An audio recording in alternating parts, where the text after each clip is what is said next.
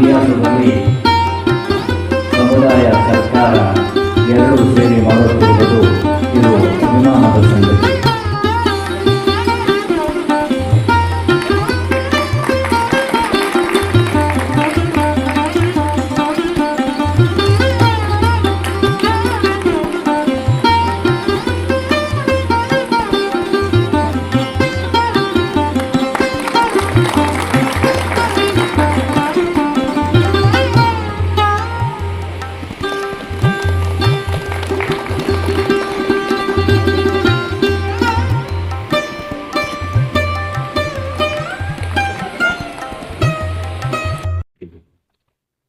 ಇದು ಇಂದು ನಮ್ಮ ಇಂದಿನ ಜಗತ್ತಿಗೆ ಬಹಳ ಅತಿ ಅವಶ್ಯಕವಾದಂತಹ ತತ್ವ. ನಾವು ಪ್ರತಿಯೊಬ್ಬರನ್ನು ಕೂಡ ನಾವು ಜೀವಿಸಬೇಕು ಮತ್ತು ಇನ್ನೊಬ್ಬರನ್ನು ಕೂಡ ಜೀವಿಸಲಿಕ್ಕೆ ಬಿಡಬೇಕು. ಇನ್ನೂ ಒಂದು ಜೈನ ಧರ್ಮದ ತ್ರಿರತ್ನಗಳು ಅಂತ ಹೇಳುವುದು ಏನು ಅಂತ ಹೇಳಿದ್ರೆ ಸಮ್ಯಕ್ ದರ್ಶನ, ಜ್ಞಾನ, ಚಾರಿತ್ರ. ನಾವೆಲ್ಲರೂ ಕೂಡ ನಮ್ಮ ಉದ್ದೇಶ ಜೀವನದ ಏನು ಅಂತಂದ್ರೆ ನಾವು ಒಳ್ಳೆಯವರಾಗಬೇಕು, ಒಳ್ಳೆಯತನಕ್ಕೆ ಹೋಗ್ಬೇಕು, ಮುಕ್ತಿಯ ಕಡೆಗೆ ಹೋಗ್ಬೇಕು, ನಾವು ಅಮರತ್ವವನ್ನು ಹೊಂದಬೇಕು ಅಂತ ಏನು ನಾವು ಬಯಸ್ತೀವಿ. ಇದಕ್ಕೆ ಸೋಪಾನ ಏನು ಅಂತಂದ್ರೆ 3 ರತ್ನಗಳು. ಸಮ್ಯಕ್ ದರ್ಶನ, ಒಳ್ಳೆಯ ನಂಬಿಕೆ, ಒಳ್ಳೆಯ ವಿಶ್ವಾಸ, ಒಳ್ಳೆಯ ಅನುಭವವನ್ನು ಪಡಿಬೇಕು. ಜ್ಞಾನ, ಒಳ್ಳೆಯ ಜ್ಞಾನವನ್ನು ಪಡಿಬೇಕು. ಒಳ್ಳೆಯ ಚಾರಿತ್ರ್ಯವನ್ನು ಹೊಂದಬೇಕು, ಒಳ್ಳೆಯ ನಡವಳಿಕೆಯನ್ನು ಹೊಂದಬೇಕು. ಈ ತ್ರಿರತ್ನಗಳ ಮೂಲಕ ಮನುಷ್ಯ ತನ್ನನ್ನು ಏನು ಅಮರತ್ವದೆಡೆಗೆ ಅಥವಾ ಮೋಕ್ಷದೆಡೆಗೆ ತೆಗೆದುಕೊಂಡು ಹೋಗಬೇಕು ಅಂತ ಜೈನ ಧರ್ಮ ನಮ್ಗೆ ಕಲಿಸ್ತದೆ. ಅದರ ಜೊತೆಗೆ ನಾವು ಸಾಮಾನ್ಯವಾಗಿ ಕಾಣುವಂತಹ ಅಹಿಂಸಾ ಪರಮೋ ಧರ್ಮ, ಸತ್ಯವನ್ನೇ ನುಡಿಯಬೇಕು, ಆಮೇಲೆ ಕಳ್ಳತನ ಮಾಡಬೇಡಿ, ಅಪರಿಗ್ರಹ ಮತ್ತು ಬ್ರಹ್ಮಚರ್ಯ ಎನ್ನುವಂತಹ 5 ಪರಮ ಸತ್ಯದ ತತ್ವಗಳನ್ನು ನಮಗೆ ಜೀವನಕ್ಕೆ ಕೊಟ್ಟಂತಹ ಶ್ರೀ ಭಗವಾನ್ ಮಹಾವೀರರು ಅಜರಾಮರವಾಗಿದ್ದಾರೆ ಮತ್ತು ಎಲ್ಲ ಕಾಲದಲ್ಲಿಯೂ ತ್ರಿಕಾಲದಲ್ಲಿಯೂ ಕೂಡ ಅವರು ಪ್ರಾತಸ್ಮರಣೀಯರು. ಅವರ ಜಯಂತಿಯ ಈ ಒಂದು ಶುಭ ಸಂದರ್ಭದಲ್ಲಿ ಅವರ ತತ್ವಗಳನ್ನು ನಾವು ಅಳವಡಿಸಿ ಒಳ್ಳೆಯ ನಾಗರಿಕರಾಗೋಣ. ನಾವು ಈ ಒಂದು ಸುಸಂದರ್ಭದಲ್ಲಿ ಅವರ ತತ್ವಗಳನ್ನು ನಡೆದು ಒಳ್ಳೆಯ ಮಾನವತೆಯ ಕಡೆಗೆ ಹೋಗೋಣ ಅಂತ ಹೇಳ್ತಾ ನನಗೆ ಕರೆದು ಉದ್ಘಾಟನೆ ಮಾಡಿ ಮಾತನಾಡಲಿಕ್ಕೆ ಅವಕಾಶ ಮಾಡಿಕೊಟ್ಟಂತಹ ಎಲ್ಲ ಗೌರವಾನ್ವಿತ ಸಮಾಜದ ಮುಖಂಡರಿಗೆ, ನಾಗರಿಕರಿಗೆ, ಅಧಿಕಾರಿ ಮಿತ್ರರಿಗೆ ವಂದಿಸ್ತಾ ನನ್ನ ಮಾತನ್ನು ಮುಗಿಸ್ತೇನೆ. ಜೈ ಹಿಂದ್, ಜೈ ಕರ್ನಾಟಕ. ಪುತ್ರನಾಗಿ ಬಿಹಾರದ ಕುಂದ ಗ್ರಾಮದಲ್ಲಿ ಜನಿಸಿದರು. ಬಾಲ್ಯ ವರ್ಧವನ್ ಎಂದು ಹೆಸರಿಸಲಾಗಿದ್ದು ಐಷಾರಾಮ ಜೀವನ ನಡೆಸುತ್ತಿದ್ದರು. ಆಧ್ಯಾತ್ಮಿಕ ಕಲಿಗೆ ಅವರದು ಒಲವಿತ್ತು. 30 ವರ್ಷದಲ್ಲಿ ಸತ್ಯನಿಂದ ಮನೆ ತೊರೆದರು. 12 ವರ್ಷಗಳ ಕಠಿಣ ತಪಸ್ಸೆ ನಂತರ 45 ವಯಸ್ಸಿನಲ್ಲಿ ಜ್ಞಾನೋದಯ ಹೊಂದಿ ವಿಜಯಶಾಲಿ ಎಂದು ಕರೆಸಿಕೊಂಡರು. ನಿರ್ವಾಣ 75 ವಯಸ್ಸಿನಲ್ಲಿ ಬಿಹಾರ ಪಾಪುರದಲ್ಲಿ ನಿರ್ವಾಣ ಹೊಂದಿದರು. ಮುಖ್ಯ ಬೋಧನೆಗಳು ಮತ್ತು ತತ್ವಗಳು: ಅಹಿಂಸೆ, ನಾನ್ ವೈಲೆನ್ಸ್. ಅಹಿಂಸೆಯೇ ಪರಮೋ ಧರ್ಮ ಎಂಬುದು ಅವರ ಮುಖ್ಯ ಬೋಧನೆ. ಎಲ್ಲಾ ಜೀವಿಗಳಲ್ಲಿ ಆತ್ಮವಿದೆ, ಆದ್ದರಿಂದ ಯಾರನ್ನು ಹಿಂಸಿಸಬಾರದು. ಪಂಚ ಮಹಾವ್ರತ: ಅಹಿಂಸೆ, ಸತ್ಯವನ್ನೇ ನುಡಿಯುವುದು, ಅಸ್ಥೇಯ, ಕಳ್ಳತನ ಮಾಡಿರುವುದು, ಬ್ರಹ್ಮಚಾರ್ಯ, ಪವಿತ್ರತೆ ಮತ್ತು ಅಪರಿಗ್ರಹ, ಆಸ್ತಿಯನ್ನು ಸಂಗ್ರಹಿಸಬಾರದು. ತ್ರಿರತ್ನಗಳು: ತ್ರಿದೇವತೆ, ಮೋಕ್ಷ ಸಾಧನೆ, ಸಮ್ಯಕ್ ದರ್ಶನ, ಸರಿಯಾದ ನಂಬಿಕೆ, ಸಮ್ಯಕ್ ಜ್ಞಾನ, ಸರಿಯಾದ ಜ್ಞಾನ ಮತ್ತು ಸಮ್ಯಕ ಚರಿತ್ರೆ, ಸರಿಯಾಗಿ ನಡವಳಿಕೆ ಅತ್ಯಗತ್ಯ. ಅನೇಕಾಂತವಾದ ಮೆನಿ ಡಿಸೈಡರ್ಸ್: ಸತ್ಯವು ಬಹು ಮುಖ್ಯವಾಗಿದೆ, ಸತ್ಯವನ್ನು ವಿವಿಧ ಕೊನೆಗೊಳಿಸಿ ನೋಡಬಹುದೆಂದು ಬೋಧಿಸಿದರು. ಸಮಾನತೆ: ಜಾತಿ ಪದ್ಧತಿಯನ್ನು ನಿರಾಕರಿಸಿ ಎಲ್ಲ ಸಮಾನರು ಎಂದು ಸಾಧಿಸಿದರು. ಭಾಷೆ: ತಮ್ಮ ಬೋಧನೆಗಳನ್ನು ಜನಸಾಮಾನ್ಯ ಭಾಷೆಯನ್ನು ಪ್ರಾಕೃತ ದಿನದಲ್ಲಿ ಬೋಧಿಸಿದರು.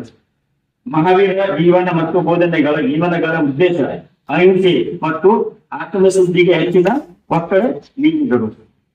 ನೋವು ನಮ್ಮ ಈ ಅಹಿಂಸೆ ಈಗಾಗಲೇ ಎಲ್ಲಾ ವಿಷಯಗಳನ್ನ ಜೈನ ತತ್ವಗಳನ್ನ ಬಹಳ ಚೆನ್ನಾಗಿ 3 ಸಲ ರಿಪೀಟ್ ಆಗ್ಯಾವ. ಮೊಟ್ಟಮೊದಲನೇದಾಗಿ ನಮ್ಮ ಎಡಿಸಿ ಸಾಹೇಬರು ನಿಮ್ಮ ಎಲ್ಲ ಪಂಚ ಪರಮೇಶ್ವರಗಳನ್ನ ಅಥವಾ ತತ್ವ ಸಿದ್ಧಾಂತಗಳನ್ನ ಹೇಳಿದರು. ಅದೇ ರೀತಿ ನಮ್ಮ ಈ ಉಪನ್ಯಾಸಕರು ಸಹ ಹೇಳಿದ್ದಾರೆ. ಆ ವಿಷಯಕ್ಕೆ ಹೆಚ್ಚು ಹೋಗುದ್ ಬೇಡ. ಮುಂದ ಅದೇ ಭಗವಾನ್ ಬಾಹುಬಲಿ 12 ವರ್ಷಗಳ ಕಾಲ ತಪಸ್ಸು ಮಾಡಿ ಕೇವಲ ಜ್ಞಾನವನ್ನ ಪಡೆದುಕೊಂಡು ಅವರು ಇವತ್ತ ಅಜರಾಮರಗಳ, ವಿಶೇಷವಾಗಿ ಕರ್ನಾಟಕದಲ್ಲಿ ಹೇಳ್ಬೇಕಾದ್ರೆ ರಾಷ್ಟ್ರಕೂಟರು, ಗಂಗರು ಎಲ್ಲರೂ ಈ ಜೈನ ಒಂದು ಪರಂಪರೆಯನ್ನ ಮುಂದುವರಿಸಲಿಕ್ಕೆ ಬಹಳಷ್ಟ ಸಹಕಾರ ಕೊಡ್ತಾರೆ. ಅದೇ ರೀತಿ ಇವನ್ನ ಸಾಹಿತ್ಯದೊಳಗೂ ಸಹ ವಿಶೇಷವಾದ ಹಳೆಯ ಸಾಹಿತ್ಯ ಅನ್ನುವಂಥದ್ದು ದ್ರಾವಿಡ ಸಾಹಿತ್ಯ, ತಮಿಳುನಾಡಿನ ಸಾಹಿತ್ಯ, ಅಲ್ಲಿಗೆ ಇರುವಂತ ಹೈಯೆಸ್ಟ್ ಲಿಟರೇಚರ್ ಏನದಲ್ಲ ಅದು ಜೈನ ಸಮಾಜದವ್ರು ಕೊಡ್ತಾರ.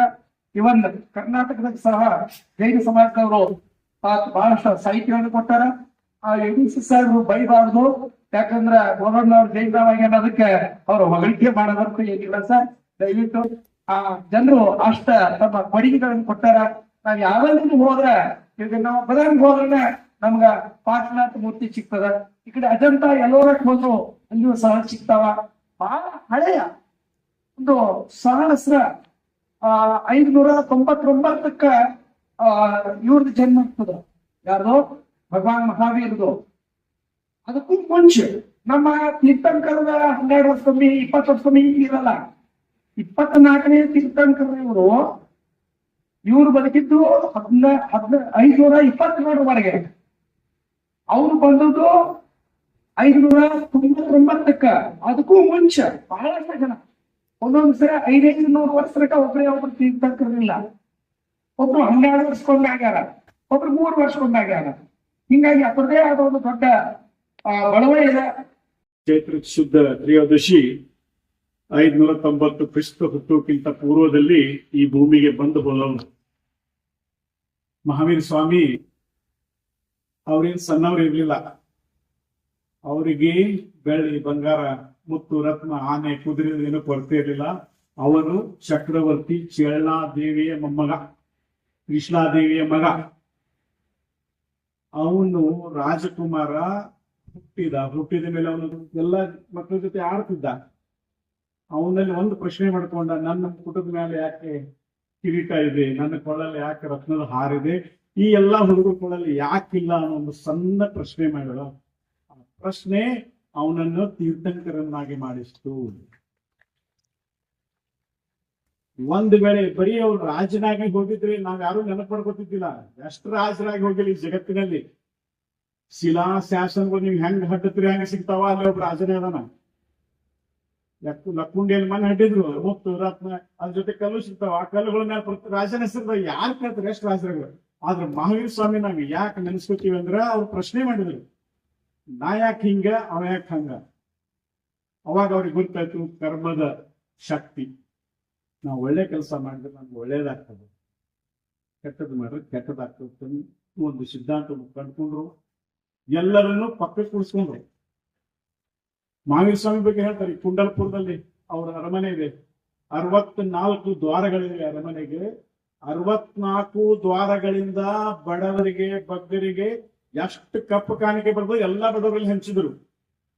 ಆದ್ರೆ 64 ದ್ವಾರಗಳ ಮುಂದಿನ ಲೈನ್ ಕಮ್ಮಿ ಆಗ್ಲಿಲ್ಲ. ಅವಾಗ ಅವರು ವಿಚಾರ ಮಾಡಿದ್ರು, ಇಲ್ಲಪ್ಪ, ಬಡತನ ಹೋಗ್ಬೇಕಂದ್ರೆ ಜ್ಞಾನ ಬೇಕೇ ಹೊರತು ಸಂಪತ್ತಲ್ಲ ಅನ್ನೋ ಒಂದು ಸಿದ್ಧಾಂತವನ್ನು ಜಗತ್ತಿಗೆ ಹೇಳಿದ್ರು.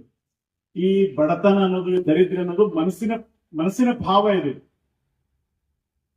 ದಾರಿದ್ರ್ಯ, ನಮ್ಮ ಜ್ಞಾನ ಇರಲಿಲ್ಲ ಅಂದ್ರೆ ದಾರಿದ್ರ್ಯ ಬರ್ತದೆ. ಅದಕ್ಕಾಗಿ ಈ ಜಗತ್ತಿಗೆ ಜ್ಞಾನವನ್ನು ಕೊಟ್ಟರು. ಏನ್ ಹೇಳಿದ್ರು? ಜೀವೋ ಅವ್ರ ಜೀನಿಯದು ಅಂತ ಹೇಳಿದ್ರು. ಸಾಹೇಬ್ ಹೇಳಿದ್ರು, ಬಹಳ ಚಂದ ಹೇಳಿದ್ರು. ರತ್ನತ್ರಯ ಬಗ್ಗೆ ಹೇಳಿದ್ರು, ಸಮ್ಯಕ್ ಜ್ಞಾನ, ಸಮ್ಯಕ್ ಚಾರ, ಸಮ್ಯಕ್ ದೃಷ್ಟಿ ಬಗ್ಗೆ ಹೇಳಿದ್ರು. ಆ ಖುಷಿ ಆಯ್ತು. ಅವರಾಮ್ ಸಾಹೇಬ್ ತುಂಬಾ ಒಳ್ಳೆ, ಅವ್ರು ಎಷ್ಟು ಅಂತ ಆಫೀಸರ್ ಅದಾರೋ, ಅವ್ರಲ್ಲಿ ನಯ, ವಿನಯ, ಅವರು ನಿಜವಾಗಿಯೂ ಈ ಜೈನ ಸಿದ್ಧಾಂತವನ್ನು ಯಾರಾದ್ರೂ ಪಾಲಿಸ್ತಿದ್ರೆ ಅಗ್ರಾಮ್ ಸಾಹೇಬ್.